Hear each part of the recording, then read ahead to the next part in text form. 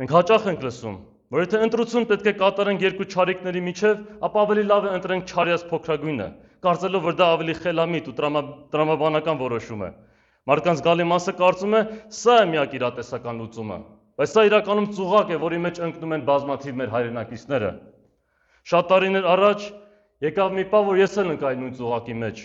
բայց հետո հասկացա, որ այդ չարյաց փոքրագույնները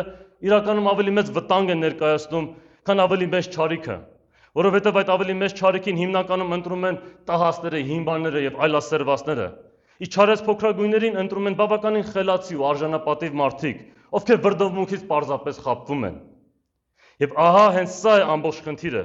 քանի որ այդ չարյաց փոքրագույնները կեղծ հույսեր են տալիս եւ շեղում են ժողովրդի լավ հատվածին, որպեսզի նա չմիանա իսկական հայրենասեր ու ազնիվ առաջնորդին եւ շարժմանը, ում իսկապես ցանկանում է եւ կարող է իրենց հայրենիքին ոտքի հանել։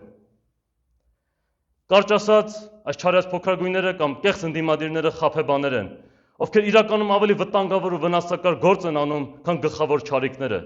որովհետև ժողովրդների լավ հատվածին շեղելուց, շփոթեցնելուց եւ մոլորեցնելուց բացի, նաեւ խորը հիասթափություն ու անտարբերություն են առաջացնում մարդկանց մեջ, երբ բացահայտվում է այս սուտասաների կեղծությունը։ Իսկ հիասթափություն ու անտարբերությունը ամենակործանարար երևույթներից են ազգի համար, ինչպես հիմա տեսնում ենք մեզ մոտ։ Իրականում հենց այդպիսի զգացողություններից է սկսում առաջանալ պառակտումը։